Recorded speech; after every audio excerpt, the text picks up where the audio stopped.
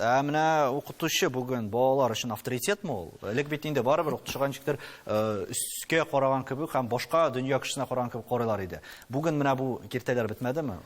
Кызганычка каршы шундый фикер йөри.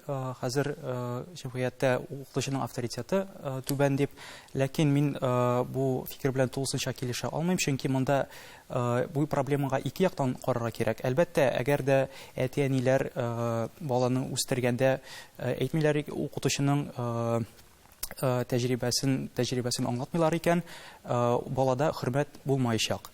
Ләкин укытучының үзеннән дә тора, аның авторитеты буламы юкмы? Әгәр дә укытучы беренчедән белемле икән, әйтик, үзенең фәне буенча эксперт икән һәм тәҗрибәле икән, балаларның андый укытучыга карата хөрмәте һәм мөнәсәбәте яхшы булачак.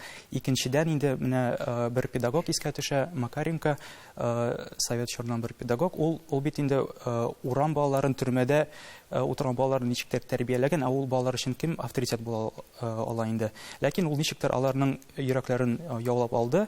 Шуңа күрә әйтәсем килә, укытучыдан үзеннән күп тора, ул үзе әйтәләр инде, укытучы эше ул күбрәк йөрәк эше. Әгәр дә укытучы чын күңеленнән, ихлас күңелдән балалар өчен борчыла икән, кайгыра икән һәм минемчә ул очракта балалар андый укытучыны яратачаклар һәм аның авторитеты да зур булачак.